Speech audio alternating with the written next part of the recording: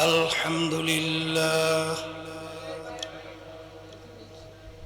الحمد لله نحمده ونستعينه ونستغفره ونؤمن به ونتوكل عليه ونعوذ بالله من شرور أنفسنا من يهده الله فلا مضل له ومن يضلله فلا هادي له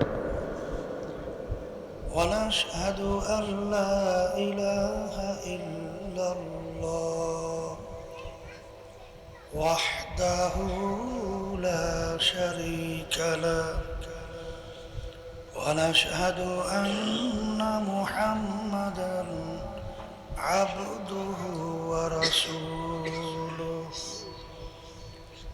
أما بعد فأعوذ بالله من الشيطان الرجيم بسم الله الرحمن الرحيم كل نفس ذائقة الموت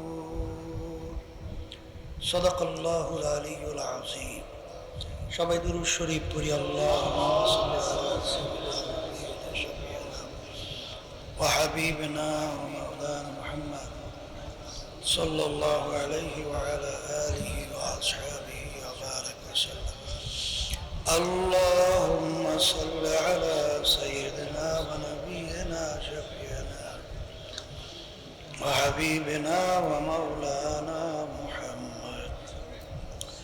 صلى الله عليه وعلى آله وأصحابه وبارك وسلم اللهم صل على سيدنا ونبينا وشفيعنا وحبيبنا ومولانا محمد صلى الله عليه وعلى آله وأصحابه وبارك وسلم শুকরিয়া আদায় করতেছি মহান রব্বুল আলামিনের দরবারে। রব্বুল আলামিন ফিতনা ফাসাদের যুগে দুনিয়ার সমস্ত কাজ থেকে বিরত রেখে উলামায়ে কেরামদের মজলিস, জাকিরিন শাকিরিন সাদিকিন অনেক আল্লাহর খাস বান্দারা এই মজলিসের মধ্যে আছে, যাদের সঙ্গে সম্পর্ক রাখার জন্য আল্লাহ রাব্বুল আলামিন আমাদেরকে হুকুম করছেন ওয়াকুনু মা'আস সাদিকিন। কিয়ামতের ময়দানে আল্লাহ রাব্বুল আলামিন বান্দাবান্দিকে মাফ করার জন্য ওসিলা তালাশ করবে। যারা মাহফিলে আমরা আসছি নিয়াত যাদের সহি, এই ওসিলা আল্লাহ রাব্বুল আলামিন মাফ করে জান্নাতের ঘোষণা দিতে পারে।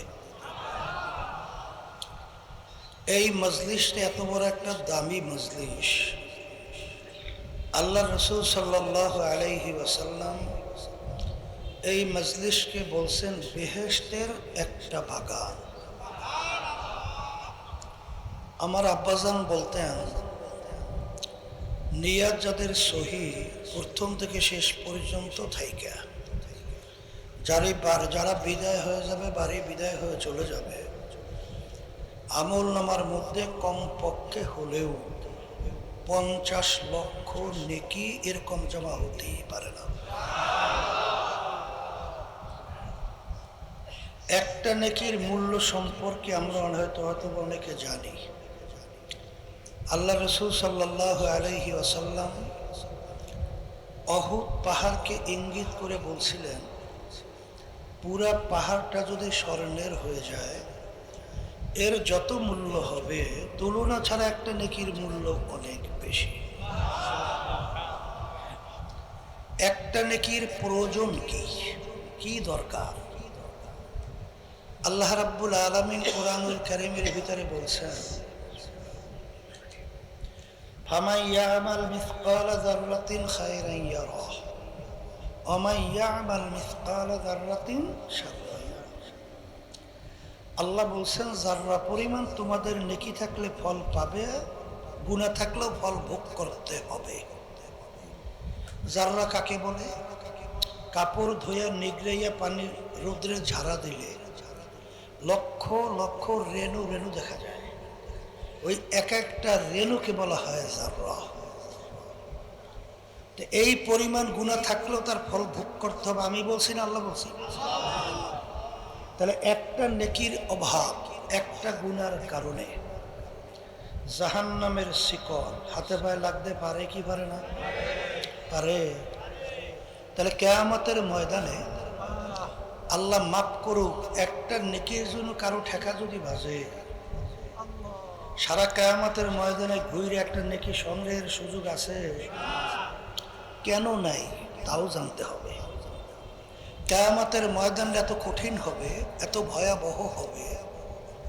আল্লাহ রাব্বুল আলামিন কিয়ামতের ময়দানের অবস্থা বুঝাতে যাইয়ে বলছেন, ইয়াউমা ইয়াফিরুল মারউ মিন আখিহি ওয়া উম্মিহি ওয়া আবিহি ওয়া সাহিবাতিহি ওয়া বানিহি লিকুল্লি ইমরিইম মিনহুম ইয়াউমা ইযিন শা'নুন ইউগনি। আল্লাহ বলছেন, মা পর্যন্ত সন্তানের পরিচয় না দিয়া সন্তান থেকে মা ভাইগে যাবে।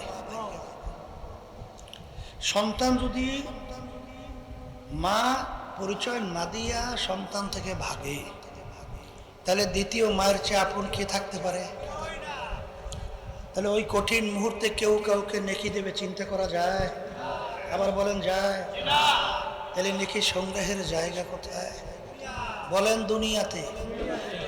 আজকে যারা মাহফিলে আসছেন নিয়াজদের সহিত, আল্লাহ যদি কবুল করেন লক্ষ লক্ষ নেকি আমল নামায় দান করবে।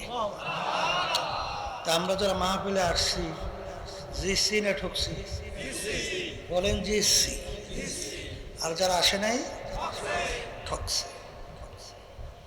এখন আমরা তো বললাম জিসি আর ঠকছে, কিন্তু এক শ্রেণীর মুসলমান দাবি করার পরেও আমাদের এই কথাগুলো শোনার পরে গুরুত্ব তো দেবেই না, বরঞ্চ আমাদের কথাগুলো নিয়ে তারা হাসাহাসি টিটকারি মারতে থাকে। আছে না নাই? আমি সেই বাজানদেরকে বলবো, পর্দা আলে মা বোনদেরকে বলবো, আল্লাহ রাব্বুল আলামিন মানুষকে বুঝ শক্তি দান করছেন, আকল দান করছেন, জ্ঞান দান করছেন। কেন? আল্লাহ রাব্বুল আলামিন বান্দা বান্দাকে বানাইছেন ইল্লা লিয়াবুদু। আল্লাহ আমাদেরকে বানাইছেন তার ইবাদতের জন্য। তাফসীরের ভিতরে লেখে আয় লিয়ারিফু। আল্লাহ আমাদেরকে বানাইছেন তার পরিচয় লাভ করার জন্য, তার পরিচয় পাওয়ার জন্য। এখন পরিচয় পাইতে হইলে আপনার আমার জ্ঞান অনুযায়ী তালাশ তো করতে হবে। কথা ঠিক কিনা? এখন তালাশ করবেন কিভাবে? শোনেন, যাদের আকল আছে, রাস্তার ভিতরে গোবর পইয়ে আছে, গোবর চেনেন তো? ধারে কাছে কোনো গরুর চিহ্ন নাই, দেখাও যায় না। কিন্তু আপনি যখন গোবর দেখবেন তখন গরু আপনি দেখেন না, কাছে নাই, চিহ্নও নাই। আপনার জ্ঞান কি বলে? এখান থেকে একটা গরু গেছে। তাহলে দেখেন, গরু দেখেন নাই, কিন্তু আপনার জ্ঞানের কারণে আপনাকে উত্তর দেশে এখান থেকে একটা গরু গেছে। তা ঠিক আল্লাহর পরিচয় লাভ করার জন্য বান্দাবান্দি যখনই আল্লাহর যে কোনো মাখলুকাত কুদরতের দিকে তাকায়, আল্লাহর পরিচয় পায়। এই জন্য হাদিসের ভিতরে আসে, তাফাক্কুরু সাআতান ফি খালকিল্লাহ খায়রুম মিন ইবাদাতি সিত্তিনা ওয়া ফি রায়াতিন সাবঈনা ওয়া ফি রায়াতিন 80 সানা। আল্লাহ রাসূল সাল্লাল্লাহু আলাইহি ওয়াসাল্লাম বলেছেন, আমার উম্মতরা আর আল্লাহর বান্দা বান্দিরা আল্লাহর মাখলুকাত নিয়ে কিছু সময় যদি মুরাকাবার চিন্তা করে, 70, 80, 60 বছর নফল ইবাদতের সব আমল নামায় জমা হয়। কেন জমা হয়? যখন নাকি আল্লাহর বান্দা বান্দি একটা ফুলের দিকে তাকাইয়ে মোরাকাবা করবে, যেমন একটা গোলাপ ফুল, কি কত মনোমুগ্ধকর ঘেরান! এই গোলাপ ফুলের ঘেরান শুনে আমাদের অন্তর ঠান্ডা হয়ে যায় না? তো এই ঘেরানটা কেউ দেখছেন? দেখা যায় না? আচ্ছা, ঘেরানটা কোন জায়গায় লুকাইত? কে রাখলো? কোথায় রাখলো? তাহলে হাজার রকমের ফুলের মধ্যে হাজার রকমের ঘেরান। যখন নাকি আল্লাহর বান্দা বান্দি এই গোলাপ ফুলের ঘেরান এবং ফুল নিয়ে যখন মুরাকাবা করবে, তখন তাদের কাছে উত্তর আসবে, এই ঘেরান লুকাইয়া রাখা, এই ঘেরান বানানো, এই ফুল তৈরি করা একজন কারিগর আছে। কথা বলে না? তখনই সে বলতে থাকে, हर रब ने तू है, वो में तू है, गुल में तू, हर जा तू, जिधर देखता हो मैं तू ही तू है, तू ही तू है, तू ही तू। হে আমার দয়ার মালিক, আমি যখন ফুলের দিকে তাকাই, আমি যখন ফুলের ঘেরান নেই, আমি তো ফুল আর ঘেরান পাই না, আমি তো পাই তোমার ঘেরান, আমি তো পাই তোমাকে। কথা বলে না? যখনই আল্লাহর বান্দা বান্দি একটা গাছের পাতার দিকে তাকায়, তাকাইয়ে যখন মোরাকাবা করবে, তখনই কি বলে, বর্গেদার আখতা সবজে দর নজরে হুশিয়ার, হারওয়ারাকে দফতুরি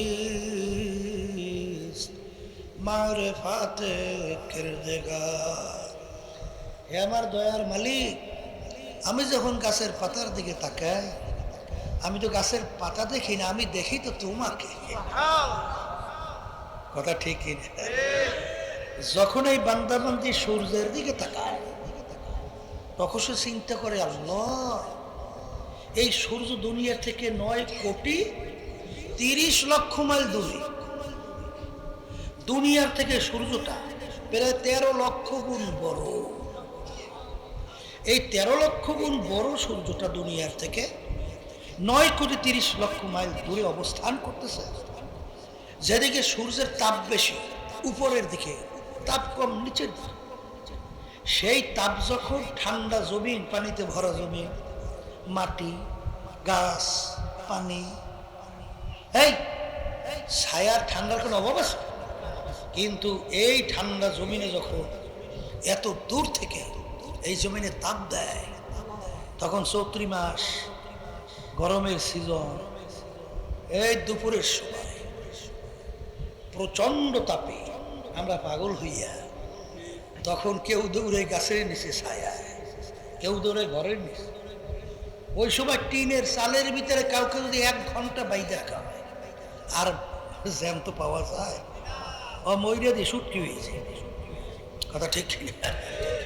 তাহলে এই সূর্যটা কে বানাইলো, কিভাবে বানাইলো, কিসের মাধ্যমে ঝুলাইয়া রাখলো, এই যে আগুনের তাপ কে তৈরি করলো, কিভাবে তৈরি করলো, এর নিশ্চয়ই পরিচালনা করার একজন কারিগর আছে। তখন উত্তর আসবে, সে কারিগর আমার আল্লাহ। কথা ঠিক না? যখন বান্দাবান্দি মানুষের চেহারার দিকে তাকায় যখন মোরাকাবা করে, তখন চিন্তা করে যে আমরা সাজ, পিঠে বানায় সাজ না, কি বলে চেনছেন তো? সাজ, সাজ, ওই যে পিঠে বানায়, তাই সাজের ভিতরে বিভিন্ন ডিজাইন আছে না? এক রকমের ডিজাইনের সাজ দিয়া 1000 পিঠে বের করবেন, কয় ধরনের ডিজাইন হয়?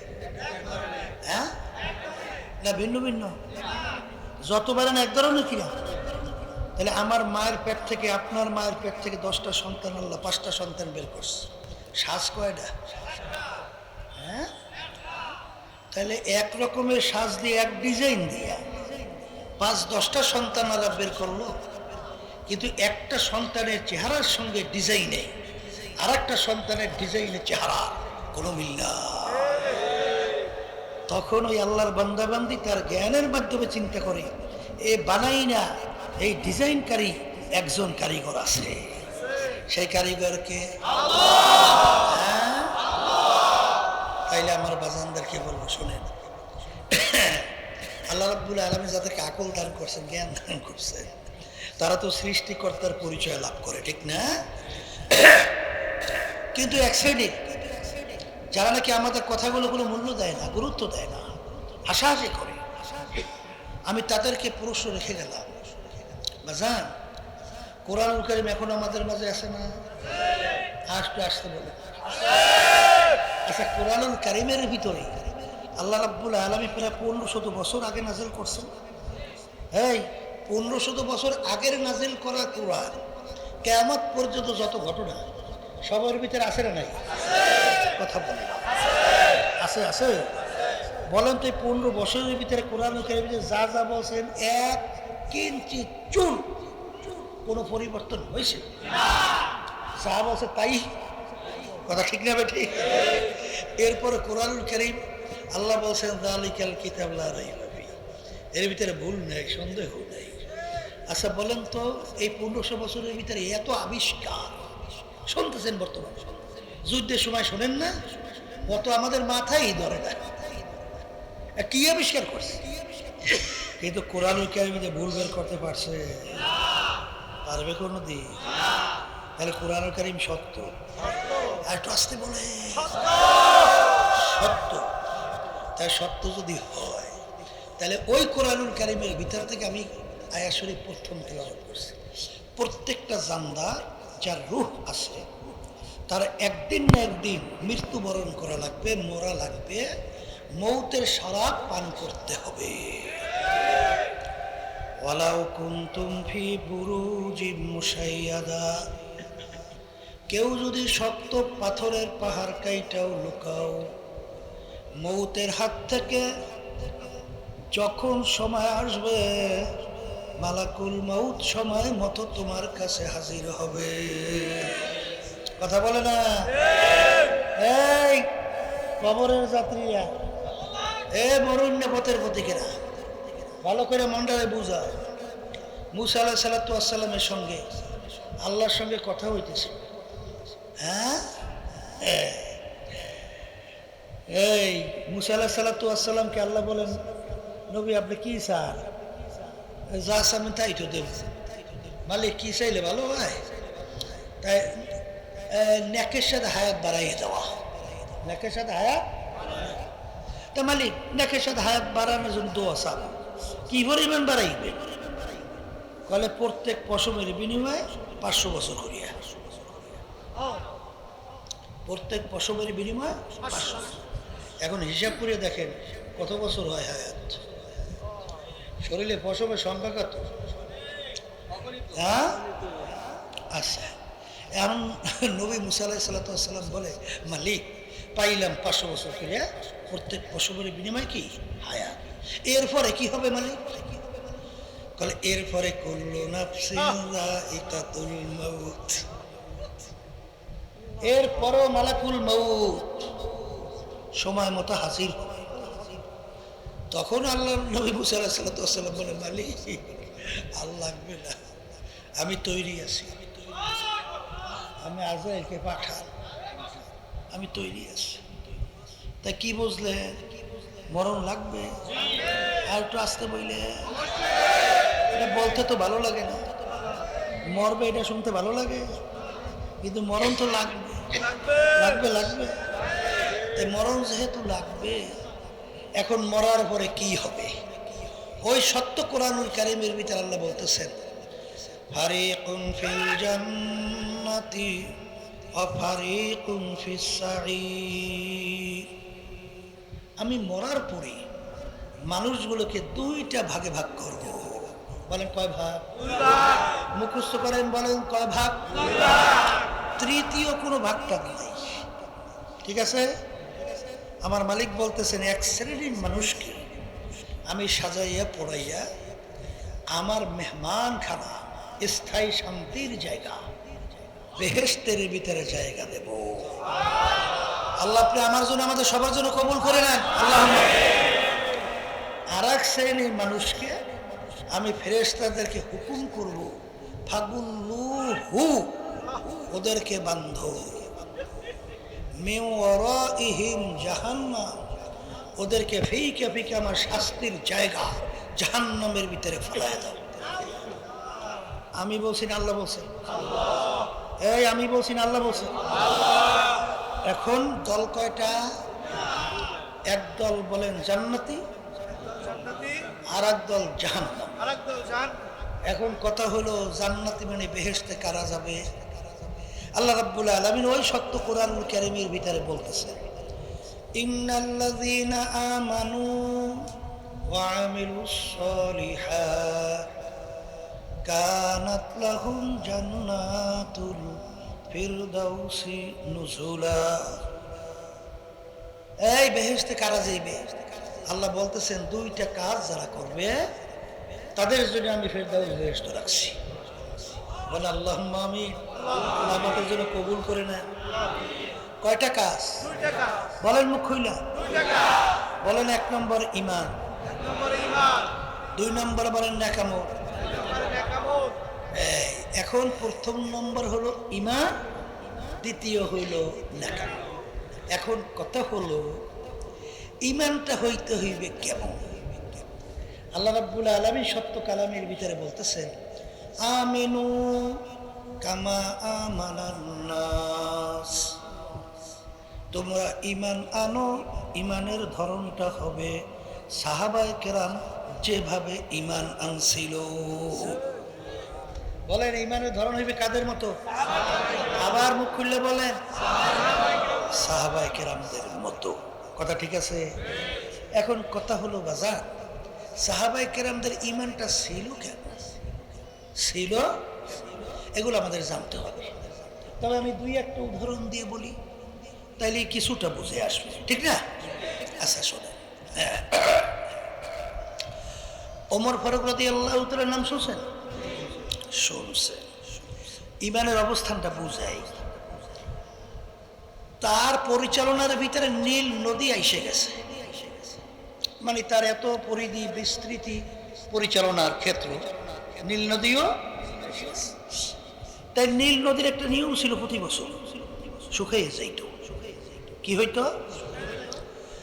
আর ওই পানি এত গুরুত্বপূর্ণ প্রয়োজন, ওই পানি খাইয়া মানুষ বাঁচত, আর ওই পানিতে ফসল হইত, ফসল খাইয়া মানুষ বাঁচে। বোঝেন কত বড় গুরুত্ব? এখন পানি আসবে কিভাবে? বলে একটা যুবতী সুন্দরী মেয়েকে যখন ওই নীল নদের ভিতরে জবাই করতো, বলি বলি বলি, হিন্দুরা বলি বলে না, এই বলি দিলে পানি আসতো, নালে আসতো। এখন ওমর ফারুক রাদিয়াল্লাহু তাআলা আনহু যখন নাকি আমির, আর ওখানে যে এলাকার গভর্নর, আর নিয়ম অনুযায়ী তো নীল নদীর পানি শুকাইছে। এখন নীল নদীর পানি শুকাবার পরে নিয়ম কি? সুন্দরী একটা যুবতী মেয়েকে জবাই করতে হবে, তাহলে পানি নালে। তাহলে ইসলামে এটা জায়েজ আছে না? ইসলামে জায়েজ নাই। তাহলে ইসলামে যদি জায়েজ না থাকে, এখন এই লক্ষ লক্ষ মানুষ যে পানি না খাইয়া মরে,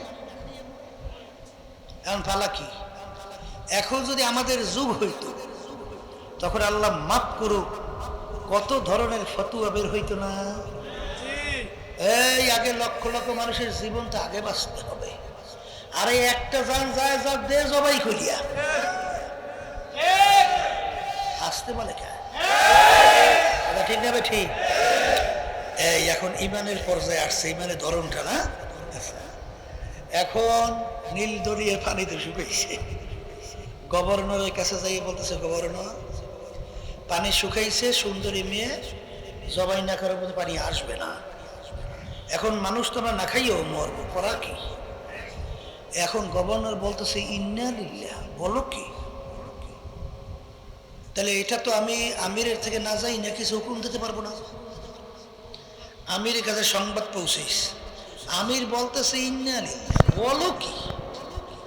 তাহলে একটা সুন্দর যুবতী মেয়ে জবাই করার মধ্যে পানি আসা না আসার ক্ষমতা, পানি আসা না আসার ক্ষমতা, তাহলে আমার আল্লাহর ক্ষমতা কোথায়? কথা ভালো করে বুঝছে। তখন আমির নীল নদীর কাছে চিঠি লেখে। কার কাছে চিঠি? আমাদের যুগে যদি এই কাণ্ড ঘটত তাহলে কি বলতো, এদি সব পাগলের দল। নদীর কাছে চিঠি লেখে এখনো সুস্থ মানুষ। এই গাছের কাছে যদি কেউ চিঠি লেখে, সুস্থ না অসুস্থ বলবো? কিন্তু তিনি তো চিঠি লিখতে আছেন নীল নদীর কাছে। হ্যাঁ নীল নদী, তুমি যদি আল্লাহর হুকুমে জারি হও তাহলে জারি হইয়া যাও, আর যদি আল্লাহর হুকুমে জারি না হও তোমাদের পানি আমাদের লাগবে না, তোমার পানি আমাদের লাগবে না। Direct action. যাও এই পানি নিয়ে নীল নদীর ভিতরে ফেলো এই চিঠি। যখন এই চিঠি নিয়ে নীল নদীতে ফেলাইল, সুমসুম কইরে আইসা নীল নদী পানিতে পরিপূর্ণ। ওই যে নীল নদী ভরছে আজ পর্যন্ত আর শুকায় না। এর নাম হলো ঈমান। আর বর্তমানে কি বোঝেন? আমরা যখন ঈমান নিছিলাম কি পড়ছিলাম? খায়রিহি ওয়া শাররিহি মিনাল্লাহি তাআলা ওয়াল বা'সি বাদাল মাউত।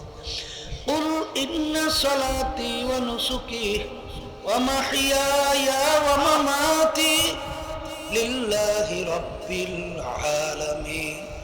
আল্লাহ রাব্বুল আলামিন বলেন, হাবিব গো আপনি বলে দেন আমার বান্দা বান্দীদেরকে, আপনার উম্মতদেরকে, আপনার উম্মতদের নামাজ, রোজা, ব্যবসা বাণিজ্য, রাজনীতি,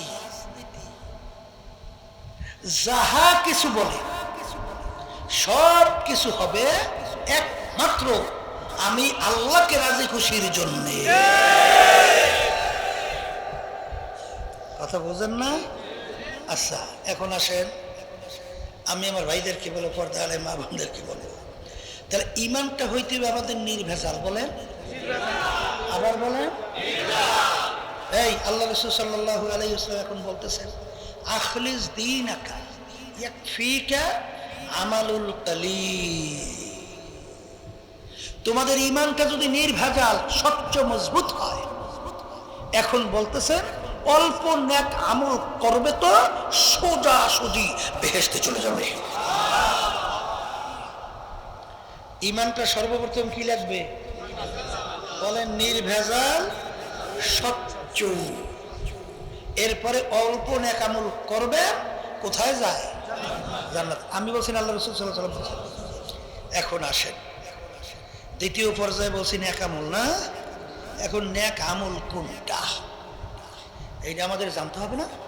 না নেক আমল করবো কিভাবে? প্রত্যেক নামাজের মধ্যে আল্লাহ রাব্বুল আলামিন আমাদেরকে শিক্ষা দেয়, ইহদিনাস সিরাতাল মুস্তাকিম।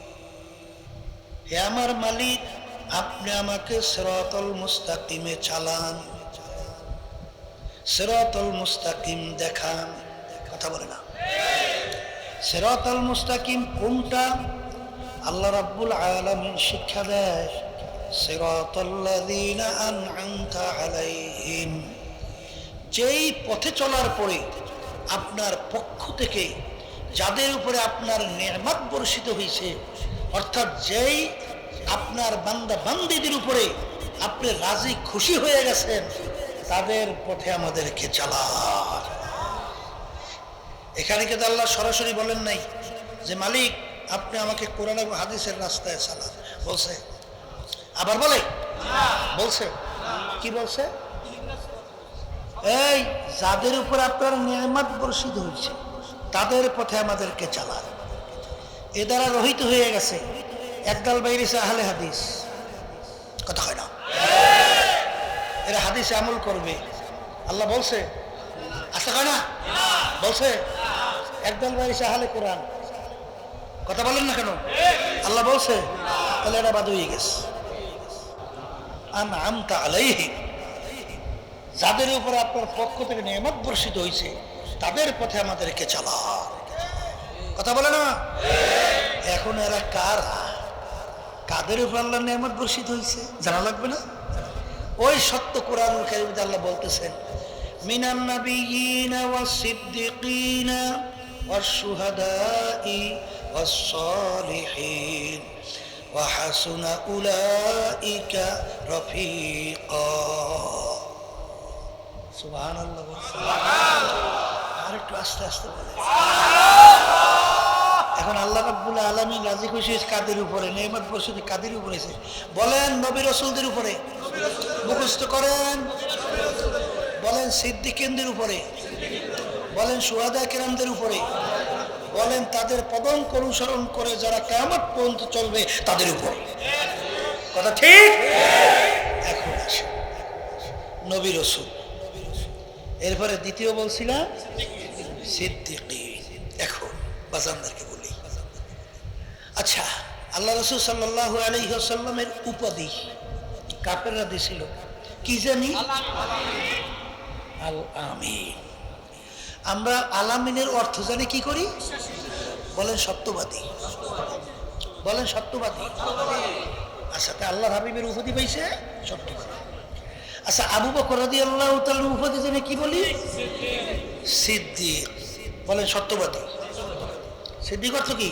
সত্যবাদী এরপরে আল্লাহ রাব্বুল আলামিন যাদের উপরে রাজি খুশি হয়েছে দ্বিতীয় পর্যায়ে কি বলছিলাম সিদ্দিকী অর্থ কি বলেন সত্যবাদী বলেন আবার সত্যবাদী আচ্ছা এরপর আল্লাহ রাব্বুল আলামিন হুকুম করছেন আমাদেরকে ওয়াকুনু মা'আস সাদিকিন তোমরা সত্যবাদীদের সঙ্গে স্পর্শে যাও তাদের সঙ্গে চলো তাদের দলভুক্ত হইয়া চলো তাও কি বলেন তাও সত্যবাদী আবার বলো আল কিযবু ইউহলিক হাদিসের মধ্যে আছে মিথ্যাবাদী ধ্বংসপ্রাপ্ত ওদের ধ্বংস অনিবার্য মিথ্যাবাদীরা ধ্বংসপ্রাপ্ত কথা বলে না বাজানদেরকে বলি যাদের থেকে একবার মিথ্যা প্রকাশিত হয়েছে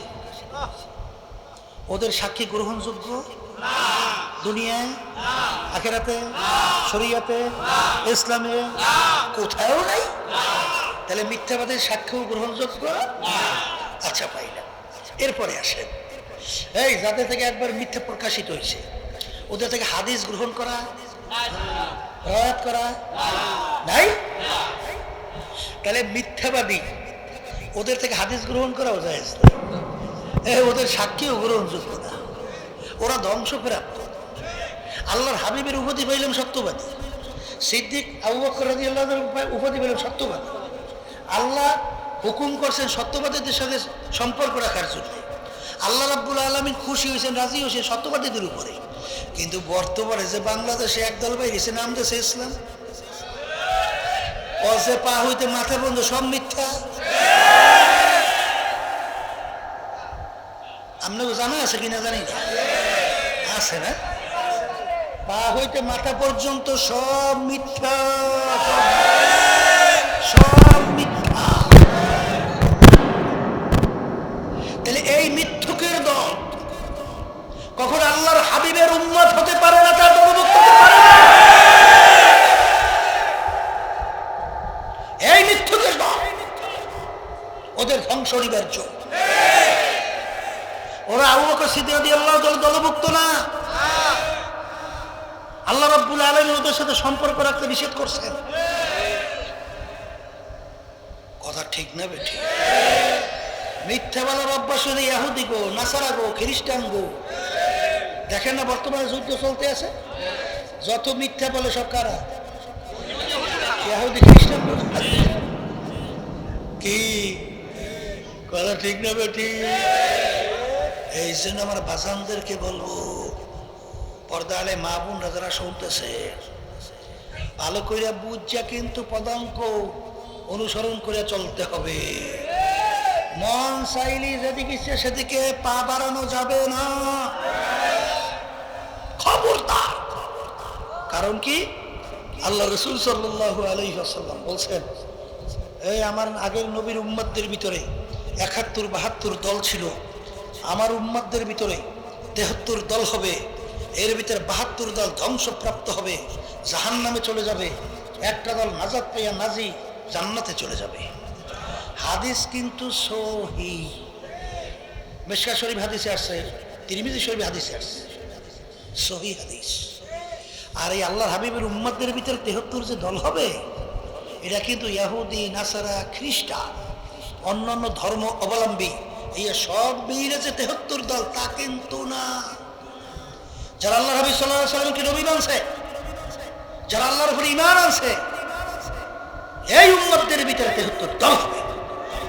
এর ভিতরে ৭২ দল ধ্বংসপ্রাপ্ত হবে, একদল নাজাত পাইয়া জান্নাতে যাবে। সাহাবায়ে কেরাম প্রশ্ন করলেন, আল্লাহ রাসূল কোন দল বেহেশতি?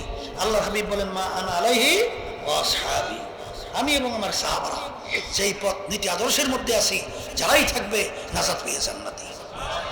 জোর করে বেহেশতে যাইবে, জোর করে?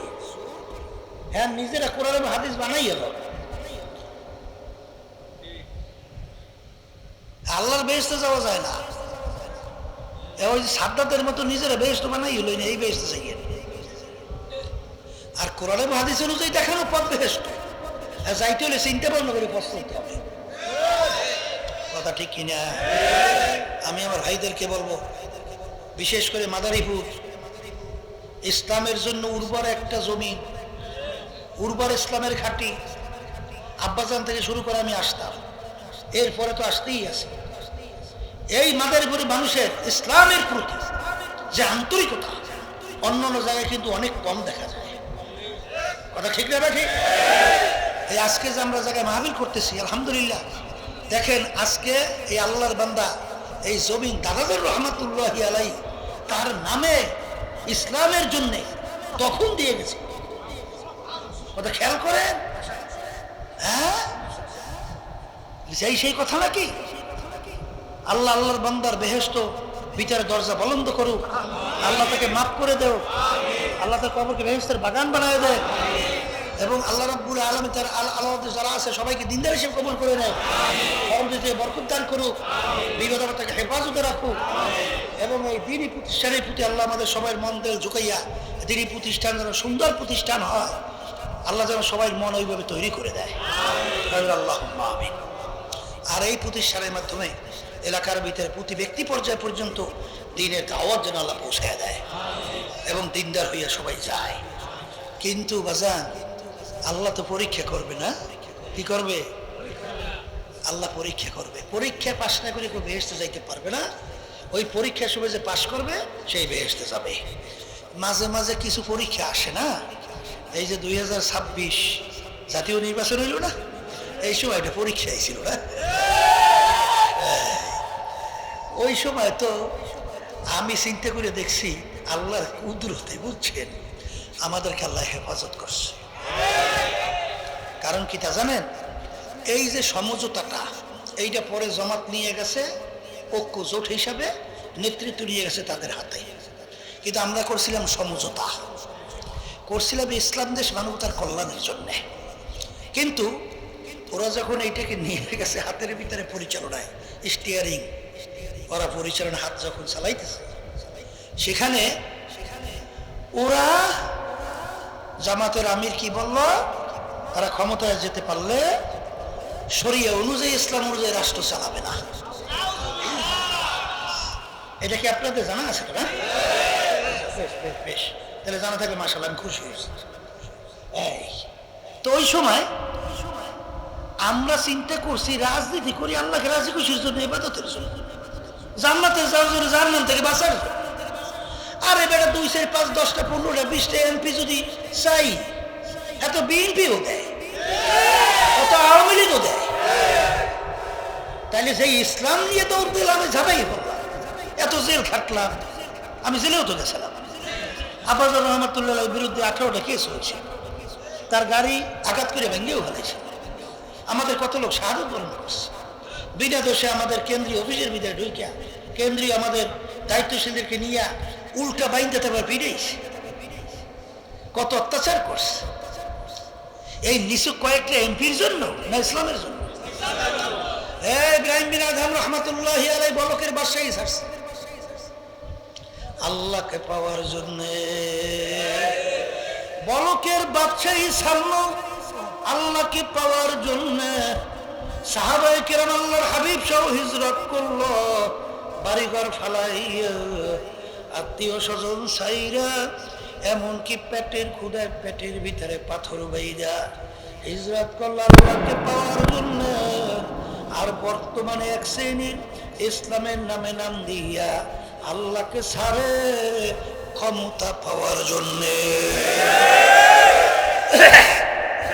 ইসলাম ছাড়া মানে এটা আল্লাহকে ছাড়া, কারণ আল্লাহ কি বলছেন? ইন্না দীনা ইনদাল্লাহিল ইসলাম। এই ইন্না দীনা ইনদাল্লাহিল ইসলাম। তাহলে আল্লাহ ইসলাম নীতি আদর্শের উপরে খুশি, কথা ঠিক না? ঠিক। এই নির্বাচনে জাতীয় পরীক্ষায় শোনা গেছে, আল্লাহ মাফ করুক, মাদারীপুরে আছে কিনা জানি না, থাকতেও কিছু পারে, আমাদের সরমনের কিছু মুজাহিদের কথা শুনছে, আমাদের কিছু দায়িত্বশীলদের কথাও শুনছে, আন্দোলন সহ অন্যান্য সহযোগী। এরা এই পরীক্ষার মাঠে অনেকে ইসলামের পক্ষে বাক্স বাংলাদেশে তখন একটাই ছিল। কয়টা? এই মারেফত কম বুঝবো না, আগে শরিয়া ছাড়া মারেফত হয় না, আসতে কয় শরিয়া ছাড়া। আগে শরিয়া তো ঠিক করে লিখি, আগে বিয়ে করতে হইবে, তারপর বাচ্চা কাচ্চার চিন্তা করতে হইবে। বিয়ে না করিয়া ওই একজন গেছে, হুজুর আমার জন্য একটু দোয়া করেন। কেন বাজান? হুজুর আমার জন্য একটা ছেলে সন্তান হয় বড় শখ। হুজুর দোয়াও করছে আচ্ছা মতো, মানে মন দিয়ে দোয়া, আল্লাহ ওর এত আশা, তুমি একটা ছেলে সন্তান দিও। তা ঠিক আছে, যা দোয়া করছি আল্লাহ কবুল করবে না, যা। তো ও তো চললে গেছে, বছর ঘুরিয়ে যায়, ছেলে সন্তানের কোনো খবর নেই। এমন বছর পর ঘুরিয়ে আসে, হুজুর কি দোয়া করছে, কি দোয়াটা করলেন কি? ওই আমার তো কোনো বাচ্চা কাচ্চা হয় নাই। হুজুর করে বেড়া শেখায় দেয়, দোয়া করছে আল্লাহ তো কবুল করার কথা, তো ব্যাপারটা কি বাচ্চা তো রইল না? কেন এই বেটা তুই বিয়ে করছো, এই তুই বিবাহ করছো? কলে হুজুর বিয়ে তো করিনি। জোরে আসুন না, হুজুর বিবাহ তো করি নাই। বলে ওরে বল্লাটা, আগে বিয়ে কর, এইবার দোয়া চা, তাকে শরীয়ত আসবে, তারপর মারে বুঝলেন? এই জাতীয় নির্বাচন 2026, এই জামাতের নির্বাচন ইশতেহারের ভিতরে কোন ইসলাম রাখছে? আসতে কর। ওদের লঘু থেকে আকিমুদ্দিন উঠাইছে কি উঠায় নাই? তাহলে ওদের লঘু থেকে আকিমুদ্দিন উঠেই ফেলাইছে। নির্বাচনী ইশতেহারের ভিতরে কোনো ইসলাম নাই। এইবার তো পরিষ্কার বক্তব্য আছেই, ক্ষমতায় যাইতে পারলে ইসলাম অনুযায়ী রাষ্ট্র চালাইবে না, শরীয়ত অনুযায়ী চালাইবে, প্রচলিত গণতন্ত্র কুফরি কি না, বক্তব্য নাই। এরপরেও যারা বলেন মারেফতে কৌশল করছে, কি কৌশল? ক্ষমতায় যাওয়ার জন্যে এই বুদ্ধি করছে, ক্ষমতায় গেলে সব ইসলাম করিয়ে ফেলাইবে। ইতিহাস দুনিয়াতে আল্লাহর হাবিব সাল্লাল্লাহু আলাইহি ওয়াসাল্লাম থেকে শুরু করে এই ইতিহাস আছে, আছে। তাহলে বুঝলাম, তাই মারেফত কি আছে না আছে, মালিকের লাগে যাই বুঝো। আমরা শরীয়ত বুঝি, তোমরা ইসলামী দল না। ঠিক না? ঠিক, কথা পরিষ্কার। ওদের সাথে যারা ছিল এই প্রতিবাদ করে নাই, ওরাও ইসলামী দল না। একমাত্র ইসলামী আন্দোলন বাংলাদেশ। আমরা পরিষ্কার নির্বাচনী ইশতেহারের ভিতরে ঘোষণা করছি, আল্লাহ যদি আমাদেরকে ক্ষমতায় নেয়, তাহলে শরীয়ত অনুযায়ী ইসলাম অনুযায়ী দেশ চালাবো। কথা ঠিক না ভাই? ঠিক। এটা কি অনেকে মনে হুজুরে এই কথা এখন বলেন, আর এত পরিষ্কার নির্বাচনী জাতীয় টেলিভিশন আমি ভাষণ দিয়েছি, শোনেন নাই? না দেখেন নাই? শুনছে? তাহলে এটা আবার কইতে হয় না মাইকে অসুবিধা নাকি? তাই সেই কথা বলতে চাইছিলাম। আমার বাচ্চাদেরকে বলবো, পর্দাওয়ালা মা বোনদেরকে বলবো, আল্লাহর রহমতে ইসলামের পক্ষে এখন বাক্স একটাই। এই পরীক্ষায় যারা সর্বনয় মুরিদ দাবি করিয়া, যারা ইসলামী আন্দোলন দাবি করিয়া, যারা সহযোগী সংগঠন দাবি করিয়া, যারা নাকি ওই নির্বাচনে হাত পাকা প্রতীকের পক্ষে, যারা কাজ না করে চুপ রয়েছে, কি রয়েছে, অথবা তলে তলে অন্যত্র খাতির পাতাইছে, খাতির, কথা বাংলা বোঝেন নাই, আর প্রকাশ্যে অন্যত্র চলছে, অথবা নির্বাচনের পরে তাদের অ্যাক্টিভিটিস একেবারে নিশ্চয় হয়ে গেছে, কোনো কাজকর্ম করে না, এই শ্রেণীর লোকদেরকে কোনো কমিটি, মুজাহিদ কমিটি হোক, আন্দোলন হোক, সহযোগী সংগঠন হোক, কোথায় কোনো সদস্য পদেও নেওয়া যাবে না। তাতে কমিটি পূর্ণ হোক বা না হোক, 5 জন পাবেন, 5 জন দিয়ে কাজ করবেন। আমরা আল্লাহর কাছে কেউ ঠিকাদারি নিয়ে আসি নাই, ঠিকাদারি নিয়ে আসি নাই যে ইসলাম প্রতিষ্ঠা করবই, এই ঠিকা নিয়ে আসি নাই। আরসি সাধ্য অনুযায়ী আল্লাহর হুকুম চেষ্টা করা, কথা ঠিক।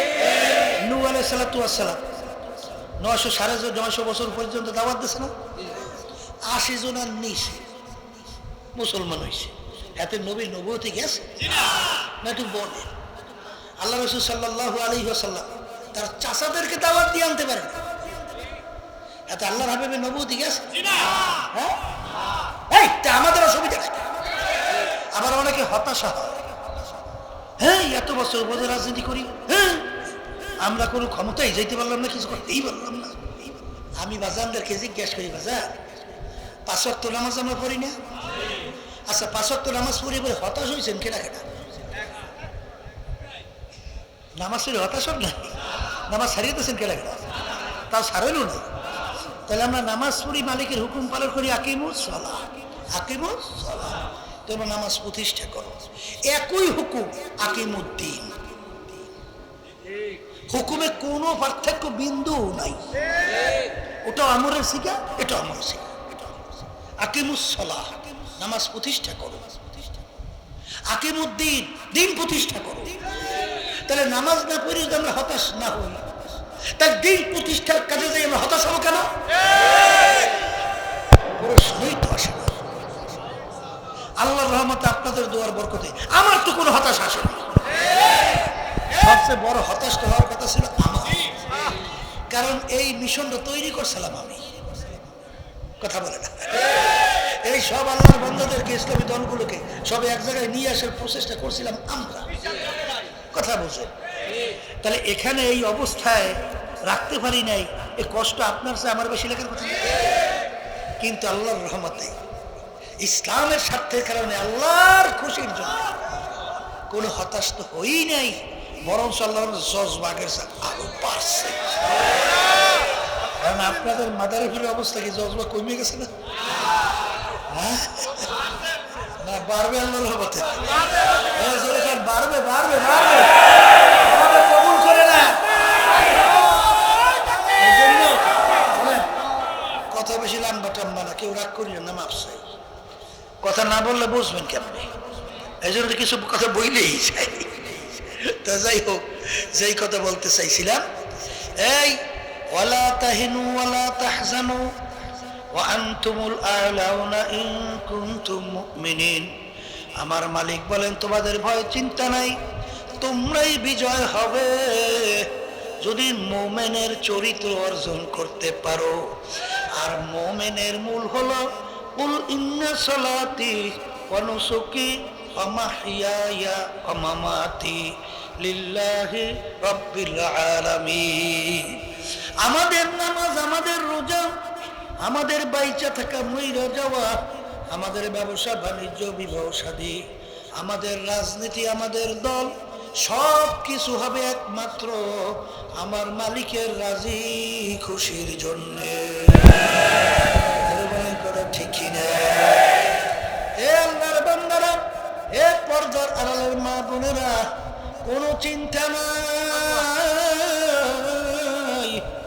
বাজার আমার দাদাদার রহমাতুল্লাহ আলাইহি বলতেন, আব্বাজানের মুখে শুনছিলাম সন্তান মাকে টাইনা দুধ খাবে এই শক্তি বাচ্চার নাই, কিন্তু বাচ্চা বাকে বাসয় রেখা মা বিভিন্ন কাজের ভিতরে যখন জড়ায়া যায়, বাচ্চার যখন দুধের প্রয়োজন হয়, বাচ্চা ওয়া ওয়া কইরা কান্না শুরু করে, বাচ্চা চিল্লায়, বাচ্চার কান্না মা সহ্য করতে পারে না, মায়ের কাছ হাতের থেকে ঠাস করে পড়ে যায়। বাচ্চার কান্না মা সহ্য করতে পারে না, মা দৌড় দেয়, যাইয়া বাচ্চাকে ধরে, বাচ্চার তামাম গায়ে পায়খানা প্রস্রাবের ভিতরে ভরা, মা বাচ্চাকে রাগ করে আগুনেও ফালায় না, পানিতেও ফালায় না, ধোয়াইয়া পুষাইয়া মুছাইয়া কুলের ভিতরে নেয়, আদর করে চুমা দেয়। আমার মালিক হারে মা সন্তানকে যত মায়া করে তার সে শত গুণ, হাজার গুণ, লক্ষ গুণ, কোটি গুণ বেশি মায়া করে আমার মালিক বান্দা বান্দিকে। আমাদের গুনাহ পাহাড় পরিমাণ, কিন্তু দিলটাকে ভাঙে দুই চোখের পানি ছাইরা খালেস তাওবা কইরা আমার মালিকের দরবে দুই হাত উঠাইয়া যদি একটু করুণ সুরে ডাক দাও, হে আমার দয়ার মালিক, নাফরমান তোমার দরবারে হাজির, ডাক দিতে দেরি, আমার মালিক তোমার আমার ডাকের মধ্যে সাড়া দিতে দেরি করবে না। হাদিসে কুচ্ছির ভিতরে আসছে, আমার মালিক বলেন, মান আতানি ইয়ামশি আতাইতুহু হারওয়ালা।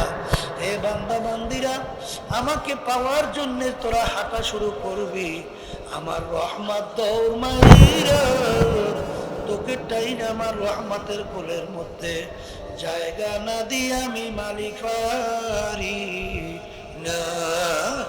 এই জন্য আমার বাজানদেরকে বলবো, পর্দালে মা বোনদেরকে বলবো, ইন্নাল্লাযীনা আমানু ওয়া আমিলুস সালিহাত, নেক আমল লাগবে আর ঈমান নির্ভেজাল মজবুত লাগবে। এ কবরের যাত্রী না, দলাদলি বুঝি না, কবরে যদি কেউ পরিচয় দাও আমি চরমনায়ের মুরিদ, এই পরিচয় কিন্তু কবরে কোনো কাজ হবে না। আমি অমুক দলের লোক, আমি বড় বংশে, আমি বড় শিক্ষিত, আমি অমুক তমুক সমুক, এই পরিচয় কিন্তু কবরে কোনো কাজ হবে না। আমাদের লক্ষ্য উদ্দেশ্য থাকবে, যেখানে গেলে যাদের সঙ্গে সম্পর্ক রাখলে আমার ঈমান নির্ভেজাল মজবুত হবে, আমার দিনের দিন নেকির দিকে আমল বাড়বে, গুনাহ থেকে ফিরতে পারবো। চোখে আগে পানি ছিল না, এখন গুনার কথা মনে করলে, জাহান্নামের কথা মনে পড়লে চোখে জোর করে পানি ঠেকাইয়া রাখা যায় না। আরে পানি ঠেকাইয়া রাখা যায় না।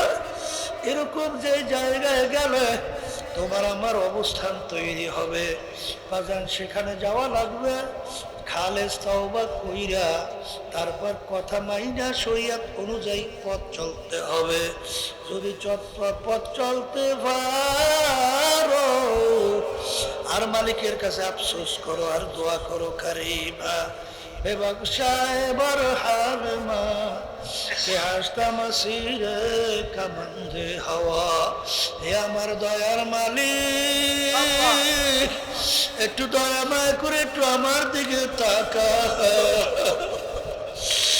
আমার দয়ার মালিক, আমি তো নফসে আম্মারের জিনজিরের ভিতরে আবদ্ধ হইয়া গেলাম, তুমি যদি দয়া মায়া করে আমাকে মুক্তি না করো, আমার বাঁচার কোনো উপায় নাই।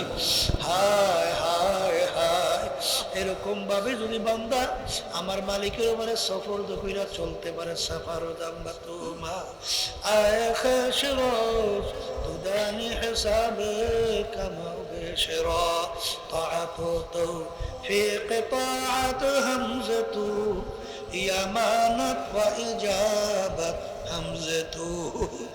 আমার আব্বাজান বলতেন, বাবা সন্তান মাকে টাইনা মায়ের কাছে যাবে, সন্তান এক পা দুই পা হাঁটতে পারে, সন্তান যখন মা দূর থেকে ডাক দেয় বাবা আসো, সন্তান পারে না হাঁটতে, মা ডাক দিয়েছে যখন হার দিয়ে দৌড় দেয়, কত ঠাস করিয়া পড়িয়া যায়, জোরে চিল্লান শুরু করে, মা দৌড় দিয়া যাইয়া বাচ্চাকে ধরে, আদর করিয়া কোলে নেয়, চুমা দেয়। ঠিক তুমি আর আমি রওনা করছি মালিককে পাওয়ার জন্য, পথের মধ্যে যদি আসার খাইয়া পড়ি, আমার মালিক বলবেন মানাতানি আমশি আতাইতুহু হারওয়ালা। এই বান্দা বান্দিয়া, আমার রহমত দৌড় মারবে, তোকে আমার রহমতের কোলে না জাগা দিয়া পারবো না। এই জন্য আমার বাজানদেরকে বলবো, পর্দারে মা বোনদেরকে বলবো, এ কবরের যাত্রীরা টাকার গরম সারো, শিক্ষার গরম সারো, দলাদলি সারো, মাতুক বাড়ির সম্মানের পথ ছাড়ো। বাজান ইমানকে নির্বেজাল মজবুত করো, নেক আমল বাড়াও, চোখে পানি নিয়ে কলবটা নরম কইরা আমার মালিককে রাজি খুশি কইরা তারপর কবরের পথের যাত্রী হও। এরপর যদি মন না বোঝে, এখন মনকে ডাক দিয়া বলো, রে মন, আর এমন ঘরে যাইতে হবে যেই ঘর নাই বাতি, এমন ঘরে থাকতে হবে যেই ঘরে নাই সাথী। ও মুসাফির বান্দগাঠুরি বহুদূরে ঠিকানা, আজ বিজানা কাল বিজানা কবর আখের ঠিকানা। আল্লাহুম্মা আমিন। এ ঘরের মেয়ে লোকেরা হাত উঠাও, গুনার কথা মনে করো, দু চোখের পানি ফেলাও, আমার মালিকের দরবারে কান্দো আর মাপ চাও। যদি কান্না না আসে, মনকে বুঝাও, রে মন, একদিন এই ঘরের দরজা দিয়ে নতুন বউ হয়েও ছিলে রে মন। কত মেয়ে লোকে শরবত খাওয়াইলো, কত মেয়ে লোকে বাতাস করলো, আবার এমন একটা দিন আসবে এই ঘরের দরজা দিয়ে মরা লাশ হইয়া বের হওয়া। ছেলে কানবে মামা করে, মেয়ে কানবে মামা করে, জবাব তো আর না। আল্লাহ, জাতির ইসলাম মাহফিল হইল, যারা মাহফিলের জন্য চেষ্টা কার্যে সাহায্য করলো, আমরা যারা মাহফিলে উপস্থিত হয়ে গেলাম, আমাদের সবার উপরে খাস মেহেরবানি নাযিল করেন আল্লাহ। মালিক আমাদের আম্মা আব্বা দাদা দাদু নানান আত্মীয় স্বজন যারা অন্ধকার কবরে শুয়ে রয়েছে, সবার কবরকে বেহেশতের বাগান বানায়া দেয়। আল্লাহ, আল্লাহ কে কোন নিয়তে হাত তুলছে জানি না, সবার দিলেন নেক মাকসাদ পুরা করে দেয়। মালিক বিশেষ করে এই জমি যারা দিনের জন্য করলেন